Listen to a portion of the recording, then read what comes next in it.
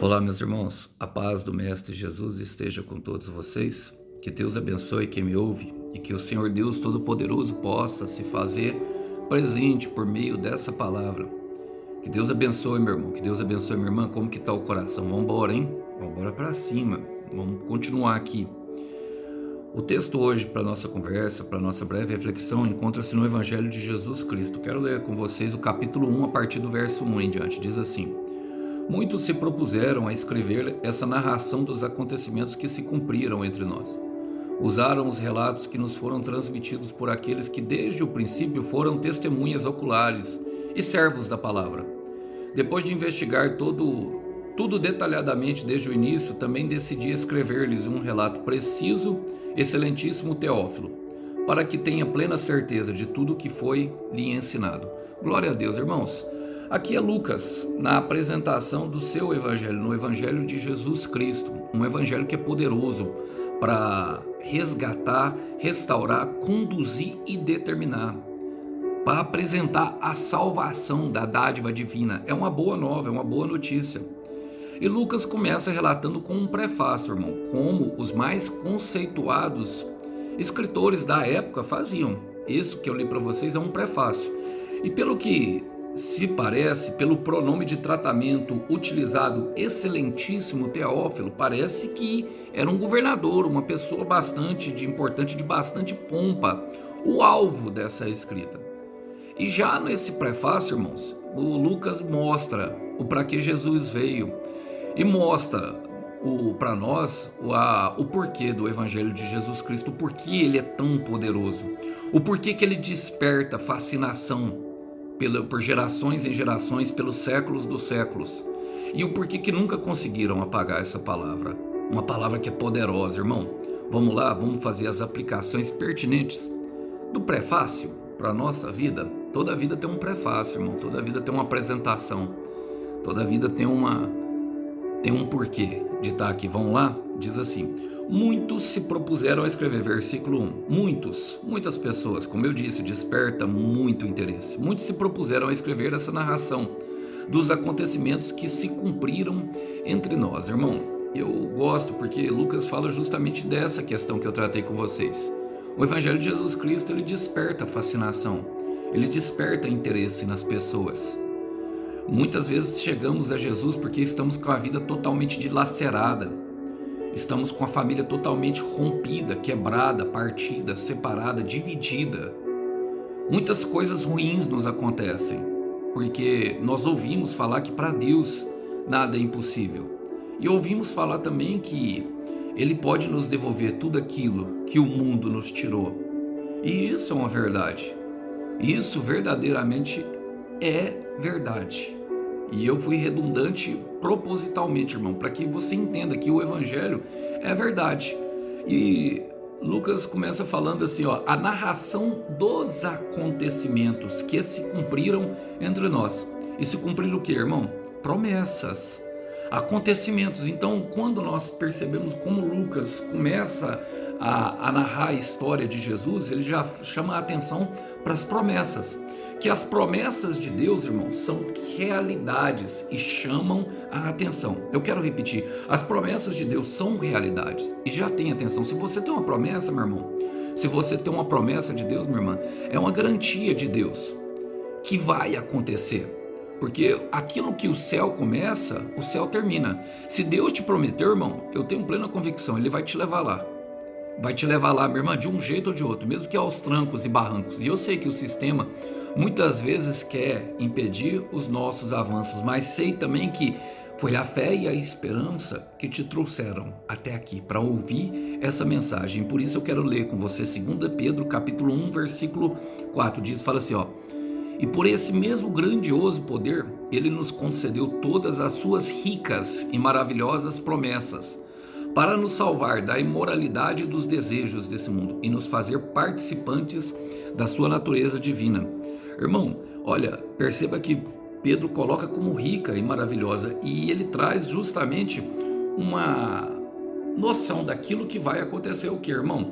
Nós nos tornarmos parte da natureza divina, porque aquilo que aconteceu de ruim conosco é fruto de uma semeadura, pode ter certeza. É fruto de algo que aconteceu. Eu sei que nem tudo, irmão, de ruim que acontece é fruto do pecado. Eu não estou aqui falando isso, não. Mas o propósito do evangelho é, primeiro, causar a transformação de vida da pessoa. E é uma transformação total. Salvar da imoralidade, dos desejos desse mundo e fazer participante da natureza divina. Quer dizer que nós não teremos desejo, irmão? Não, não é isso não. Quer dizer que os nossos desejos agora serão consagrados ao Senhor. Tudo que nós vamos fazer será consagrado ao Senhor, para que Ele possa fazer o quê? Aqui fala no versículo 2: usaram os relatos que nos foram transmitidos por aqueles que, desde o princípio, foram testemunhas oculares e servos da palavra. Lucas talvez tenha utilizado-se, ele se valeu do Evangelho de Marcos. Tanto Lucas como Mateus pegou o Evangelho de Marcos como ponto de princípio das suas escrituras, um relato sagrado, irmão. E é o que Pedro está basicamente falando no versículo que eu li para vocês. Porque, irmão, Deus quer nos tornar participante da história. Deus nos fez com um propósito. Todos nós temos um propósito de vida, irmão. E eu creio e posso falar que talvez o propósito esteja muito ligado a esse momento de dor que você esteja vivendo. Talvez Deus quer te ensinar, sabe, a consolar os outros por meio da dor que você tenha enfrentado. A dor que tenha sido gerada em teu coração, ela te leva justamente, te conduz justamente ao propósito de Deus. Deus quer te tornar participante da história. Deus quer te tornar participante da história de Jesus Cristo. Você percebe que ele fala, foram testemunhas oculares, ou seja, viu. Todo mundo vai ver, irmão. Todo mundo vai ver o que Deus, a mão de Deus sobre a sua vida. E olha, e servos da palavra, obedientes à palavra. Quem é a palavra, irmão? Quem é a palavra, irmã?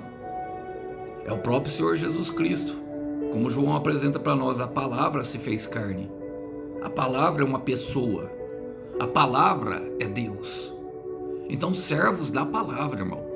Servos da palavra. Devemos tratar essa palavra como uma pessoa. E não somente uma pessoa, como Deus. O Deus da palavra é a própria palavra. É servos da palavra. E ele, olha, eu amo essa parte. Por quê, irmão? Porque mostra que a nossa história se difunde, ou seja, se conecta através dos propósitos divinos e maravilhosos com a história de Jesus Cristo, ou se torna com a história de Deus, irmão. A nossa história e a história de Deus estão intrinsecamente ligadas, intimamente conectadas e vividamente, irmão, sabe, estruturadas. Sabe, nós dependemos dele, por isso o João fala que nós somos, ele é a videira e nós somos os ramos. Não tem como nós termos uma história desconectada da palavra. É pela palavra que nós devemos nos mover e o poder vem do Espírito Santo, que é o Deus e Espírito Santo, o Deus esquecido da Trindade. Então nos tornamos servos. Quero ler agora com vocês, irmãos, 1 de Pedro. Pedro também sabia muito bem disso, capítulo 1, versículo 23, ele fala sobre isso, ele fala assim, ele diz o seguinte, irmão: porque vocês foram regenerados não por meio de uma semente que parece, mas por meio da palavra de Deus, viva e permanente. E nós sabemos, irmão, que céus e terras passarão, mas a palavra de Deus não passará, ou seja, permanente, que permanece. E essa é a história de Deus, construir algo eterno, algo que seja duradouro, algo que permanece pelas gerações. As pessoas vão falar, irmão, as pessoas vão ver e vão falar e vão desejar. Tem uma história também escrita pelo dedo de Deus. Olha o que Lucas continua falando assim, depois de investigar tudo ele mesmo, irmão. Lucas era médico, cientista, era um homem da ciência. Vocês já viram o tanto? Olha, o médico ele tá entre o ser humano e o Deus, né, irmão? Ele é o semideus aqui. A maioria dos médicos que estejam me ouvindo aí, vocês vivem no meio, me desculpe falar, mas nós temos a percepção. E a verdade é que o médico não tem poder de curar, meu irmão. O mesmo médico que cura também fica doente. Eu quero repetir isso. O mesmo médico que ajuda a curar fica doente, porque na verdade a cura ela é proveniente do sistema imunológico. Os remédios que eles receitam e ali as identificações que eles têm por meio de, que eles fazem por meio de exames, só apontam para o procedimento que eles vão aplicar a nós para quê? Para que esse sistema imunológico que foi feito por Deus seja ativado e cure as nossas doenças. A cura já está dentro de nós. Rabadarraia. E o mesmo médico que cura, irmão, às vezes fica doente. Então, olha, depois de investigar tudo detalhadamente desde o início, também decidi escrever, tudo detalhadamente desde o início. Vou parar aqui. Irmão, primeiro, essa história, olha, ele fala assim, vamos ler de novo, depois de investigar tudo detalhadamente desde o início, também decidi escrever um relato preciso. Por quê, irmão? Porque essa história ela precisa ser contada para todos. É o que Lucas está falando. Ele tomou uma decisão e ela vem por meio de uma decisão. O Evangelho de Jesus Cristo ele não é abrupto como Satanás que vai invadindo e escravizando a nossa história. Não. Deus é um Lorde, irmão. É um gentleman. É muito gentil. Deus é suave. E ele decidiu, irmão. Ele decidiu escrever. Por quê? Por que ele decidiu escrever? Porque todos que se conectam a essa história têm um chamado. Lucas andou com Paulo, mas você não vê ele ministrando a palavra, irmão. Mas ele pregou, foi muito honrado pelo Senhor. Ele escreveu a história. Escreveu para que alcançasse as outros. E eu estou lendo aqui com vocês, está me alcançando, está alcançando você. E talvez, se você deixar que a mensagem encontre espaço no teu coração, ela vai encontrar outras pessoas através de você, uma semente que se multiplica eternamente, de geração em geração. Agora, essa história, ela é para ser contada para todos, irmão. Lucas entendeu, já no seu prefácio ele já entendeu. Em Marcos 16,15, a ordem da grande comissão é ir de pregar o evangelho a toda criatura, irmão. A toda criatura. Não é para um ou para outro específico, não, é para todo mundo, irmão. Essa mensagem é para todos, quantos puderem ouvirem. Mas aqui ele está dirigindo a uma pessoa que eu gosto, excelentíssimo Teófilo. Por quê, irmão? Nada é por acaso, nada é sem propósito e nada é sem motivo. Teófilo, na etimologia da palavra, significa amigo de Deus ou amado por Deus. Então, essa mensagem é para todos que precisam do amor de Deus, que querem se tornar amigos de Deus. É uma mensagem de intimidade, de aproximação. A finalidade da mensagem, meu irmão, a intenção, justamente o propósito da mensagem é para que nós venhamos a nos tornar amigo do nosso Criador. O Senhor Jesus Cristo relatou isso bastante na sua passagem. Eu gosto muito desse verso, irmão. E essa palavra, ela veio para mim, essa palavra que eu vou ler para vocês, ela veio para mim durante alguns momentos de crise que eu tive, alguns momentos de dificuldade. Eu, por vezes, irmão, tamanha era a dor da minha caminhada, e a dor, ela tem essa capacidade de suprimir de nós a existência de Deus, de até apagar a existência de Deus e alguns feitos miraculosos na nossa história, que Deus estava presente, porque como Deus é Espírito, nós não vemos, muitas vezes em momentos de dor, temos uma leve tendência a esquecer das suas promessas, a esquecer que Ele está agindo na nossa vida e até mesmo desacreditar, irmão. Sabe que Ele existe, isso é real e verdadeiro, mas o propósito do Evangelho é que nós venhamos nos tornar, e sempre quando eu estava nesse momento de crise, pensando dessa forma, essa palavra vinha a mim, João 15,15. Eu já não os chamo de escravos, porque um escravo não sabe o que o seu Senhor faz, e nós sabemos por meio do Evangelho. Agora vocês são meus amigos, e a prova é o fato de que eu lhes disse tudo e que o Pai me disse. Já não somos mais escravos, irmão. Já não somos mais escravos do medo, já não somos mais escravos da insegurança, já não somos mais escravos da indecisão ou da inconstância, já não somos mais escravos do pecado, já não há mais condenação, já não somos mais escravos, porque Ele se tornou o nosso amigo. Não somos. E essa é a intenção, se tornar um amigo chegado, revelar a aliança. É isso que Deus quer, irmão. através dessa mensagem. O propósito dele, irmão, é estabelecer um grau de intimidade. O maior grau de intimidade para Deus é a amizade. É a amizade, irmão. Olha, a palavra, e essa palavra escravo, irmão, ela pode ser tornado servo, porque nós estamos aqui para servir.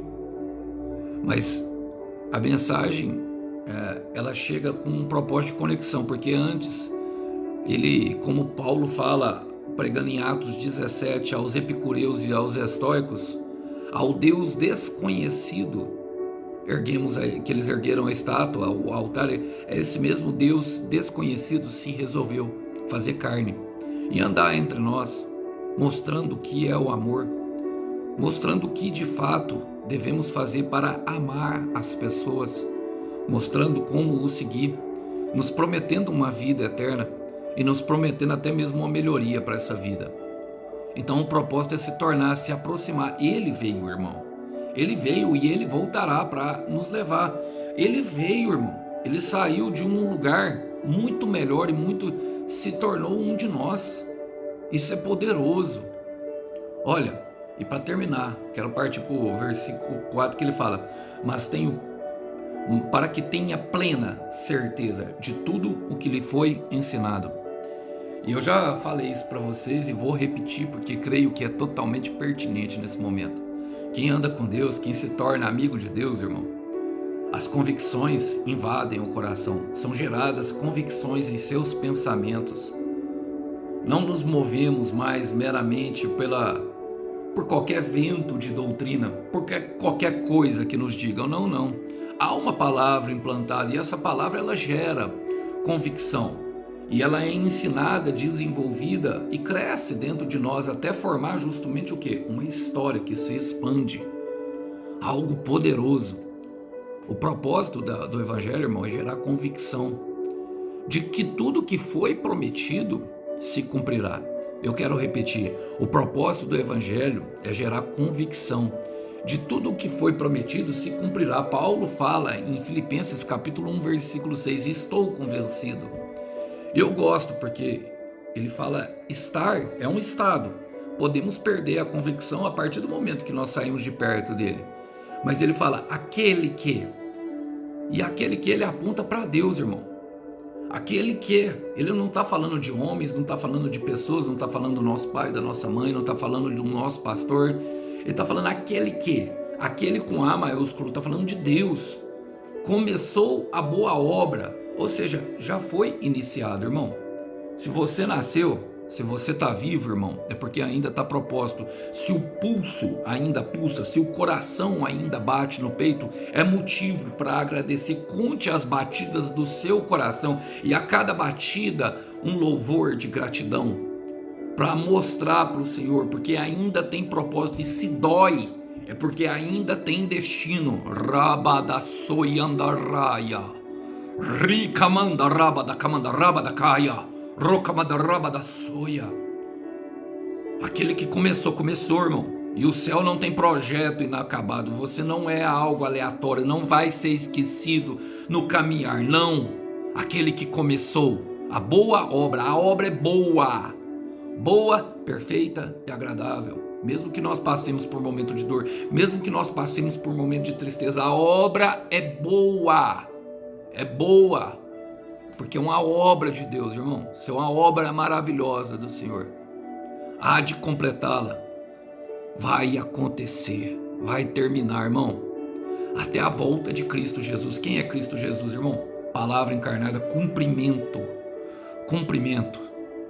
Mas lembre-se, irmão, que Hebreus 11:6 diz que sem fé é impossível agradar a Deus. Ele vai cumprir tudo que te prometeu, ele vai te entregar, mas saiba que é uma história e não apenas uma pequena frase, e é com muitas lágrimas que se escreve uma bela história. Gostaria de deixar essa mensagem com os irmãos. A paz do Mestre fica com todos.